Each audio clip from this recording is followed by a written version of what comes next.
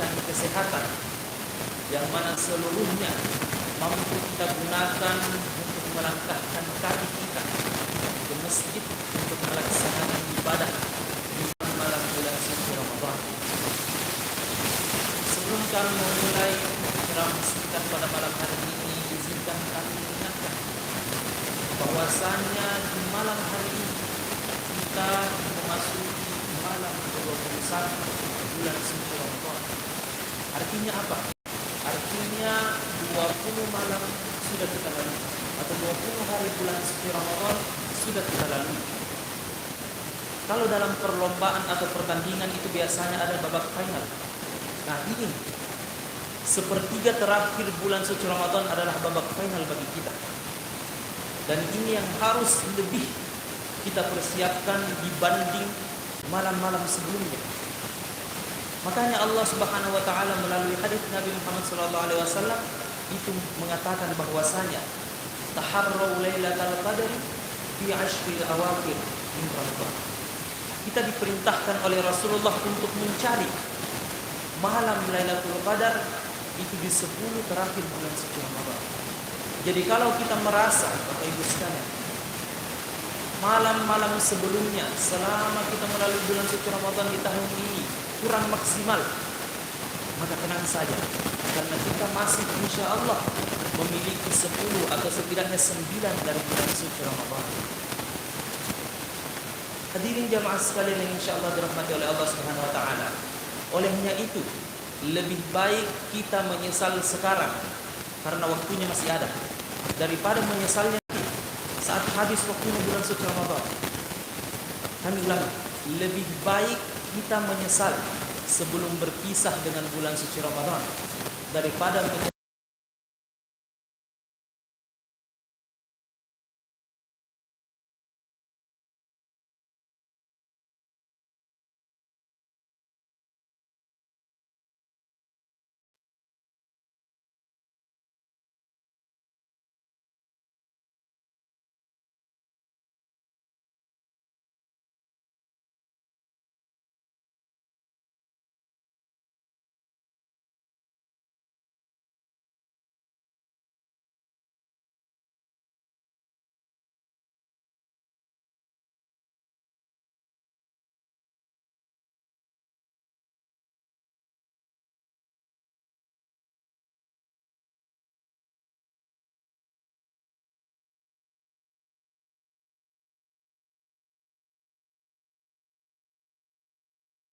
oleh Allah Subhanahu wa taala.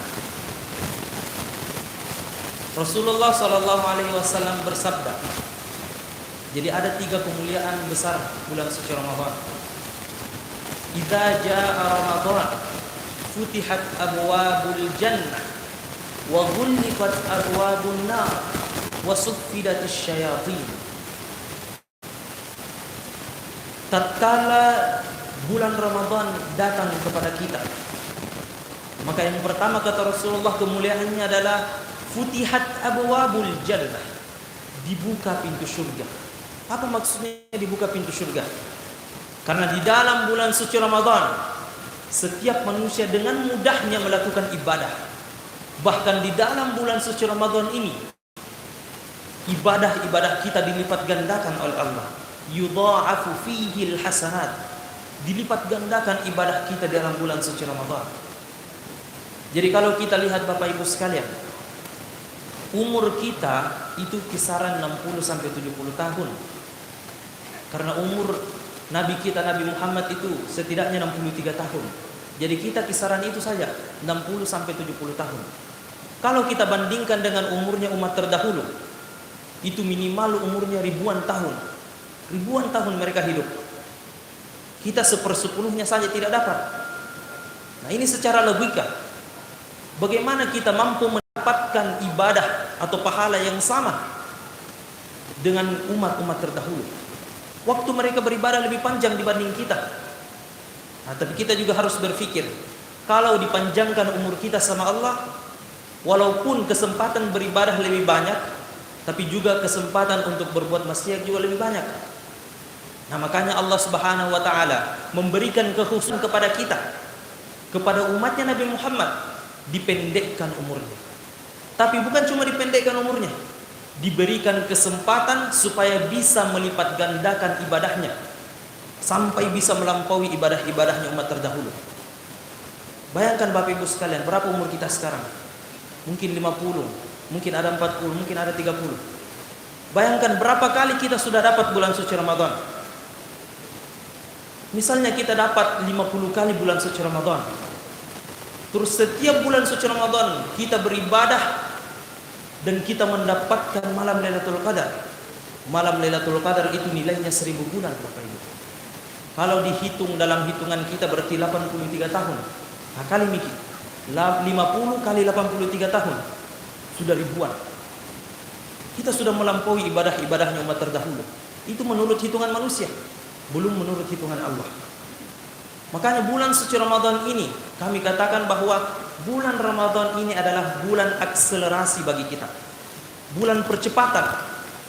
Kalau kita tidak manfaatkan bulan ini, kalah kita ibadahnya dengan umat-umat terdahulu, kalah. Makanya mari kita manfaatkan bulan suci Ramadan ini untuk melipat gandakan amal ibadah kita. Kemudian yang kedua, kemuliaan dari bulan suci Ramadan, kata Rasulullah, gulliqat abwabun nar, ditutup pintu neraka. Apa maksudnya ditutup pintu neraka? Jadi walaupun amal ibadah kita banyak Bapak Ibu sekalian, tapi ternyata ketika yaumul hisab dosa kita ada, itu akan tetap dicuci di neraka. Dicuci dulu dosanya, baru kemudian diizinkan masuk ke dalam surga. Nah, di dalam bulan suci Ramadan kita diberikan kesempatan supaya tidak sama sekali kita rasakan baunya neraka. Ditutup itu pintu neraka bagi kita. Dengan apa? Dengan diampuni semua dosa-dosa kita. Makanya kami katakan bulan Ramadan itu di siang harinya ada pengampunan, malam harinya ada pengampunan. Setiap waktu di bulan Ramadan pasti ada pengampunannya Allah. Kita lihat hadisnya dan sangat viral hadisnya. Man shoma ramadhana imanan wa ihtisaban ghufira lahu ma taqaddama min dzambi. Barang siapa yang berpuasa di bulan Ramadan, beribadah di siang harinya dengan iman dan sungguh-sungguh, diampuni semua dosanya yang telah lalu. Itu kalau di siang hari. Kalau di malam hari ada juga hadisnya. Man qama ramadhana imanan wa ihtisaban ghufira lahu ma taqaddama min dzambi. Barang siapa yang di malam harinya menjalankan ibadah, salat malam, salat tarawih, salat tahajud bahkan dengan iman dan sungguh-sungguh, maka diampuni dosanya. Jadi kami katakan bahwasanya bulan Ramadan itu siang harinya ada pengampunan, malam harinya ada lagi pengampunan. Tinggal kita bagaimana kita meraih pengampunan ini. Makanya salah satu doa yang dianjurkan oleh Nabi Muhammad SAW, dan ini diajarkan oleh Sayyidah Aisyah supaya selalu dibaca di malam-malam bulan suci Ramadan. Saya yakin kita hafal doa. Allahumma innaka afuun tuhibbul afwa fa'fu anni.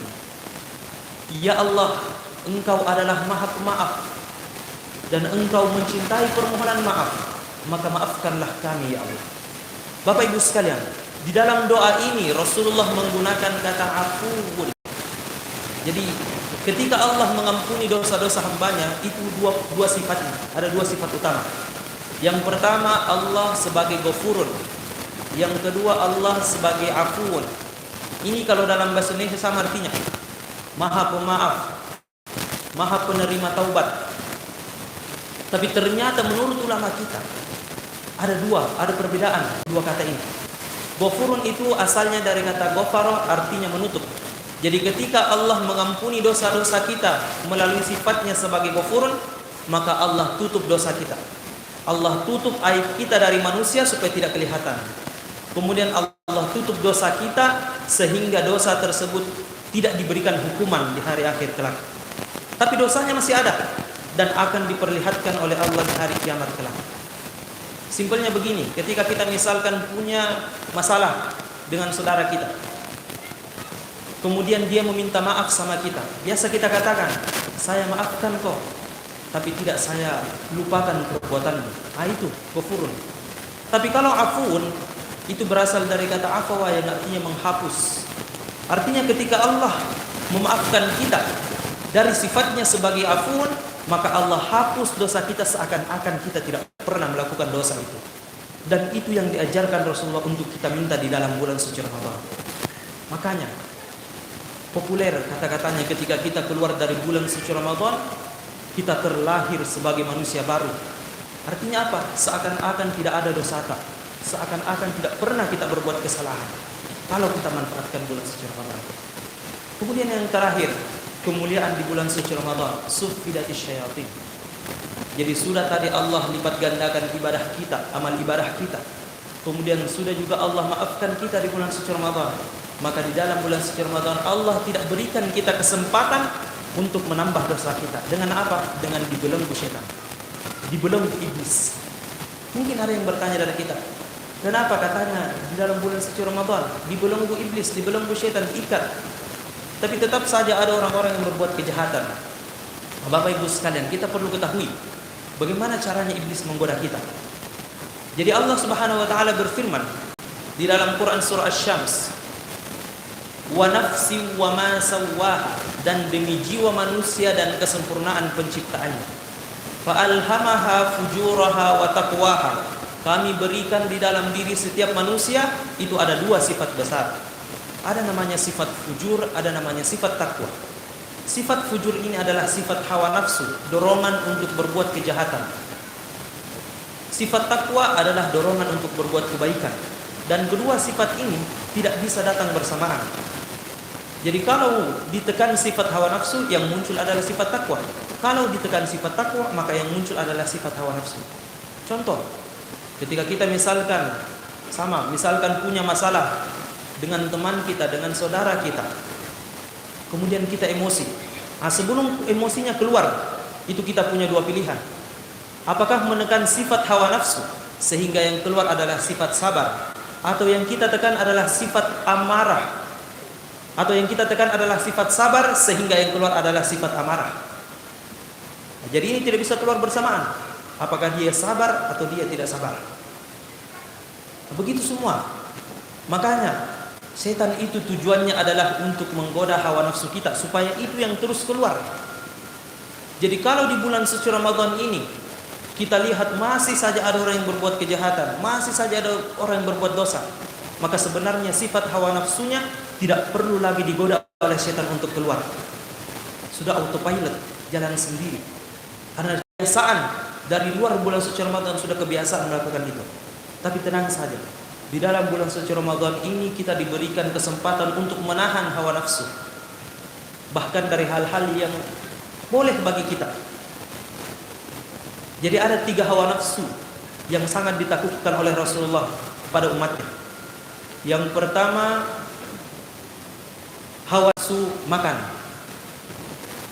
Jadi dalam hadis Rasulullah mengatakan, butunuhum alihatuhum, akan datang nanti di akhir zaman. Akan datang masa di mana manusia itu menjadikan perutnya sebagai Tuhannya. Artinya apa? Mereka menghalalkan segala cara supaya bisa kenyang, supaya bisa memenuhi hawa nafsunya. Nah, itu yang dilatih di dalam bulan suci Ramadan, supaya kita belajar bagaimana caranya atau bagaimana rasanya lapar. Kemudian yang kedua yang dikhawatirkan oleh Rasulullah, nisa'uhum kiblatuhum. Mereka menjadikan hawa nafsunya terhadap wanita sebagai kiblatnya. Nah, itu juga dilatih dalam bulan suci Ramadan. Makanya bahkan istri sendiri pun diharamkan dalam bulan suci Ramadan. Kemudian yang ditakutkan lagi oleh Rasulullah, wadanani ruhum dinuhum. Mereka menjadikan dinar atau uang mereka sebagai agama bagi mereka. Sehingga banyak kita saksikan orang-orang mampu menabrak syariat Islam untuk bisa memperkaya diri. Inilah juga dilatih dalam bulan suci Ramadan. Makanya dalam bulan suci Ramadan bukan cuma kita memikirkan bagaimana dapat uang, tapi juga kita pikirkan bagaimana kita salurkan uang kita. Apakah melalui sedekah atau bahkan diwajibkan kita berzakat di dalam bulan suci Ramadan. Makanya ketika kita keluar dari bulan suci Ramadan berhasil menekan jiwa hawa nafsu ini, apa kata Allah? La'allakum tattaqun, agar kalian bertakwa supaya jiwa takwanya keluar. Dan semoga kita semua mampu memanfaatkan sisa-sisa bulan suci Ramadan yang ada pada diri kita. Karena sesungguhnya kita tidak tahu apakah kita akan mendapatkan bulan Ramadan selanjutnya atau tidak. Jadi lebih baik kita manfaatkan 10 Ramadan terakhir kita. Mungkin cukup sekian yang dapat kami sampaikan, lebih dan kurangnya mohon dimaafkan. Minallahil musta'an wa alaihi tiklan. Assalamualaikum warahmatullahi wabarakatuh.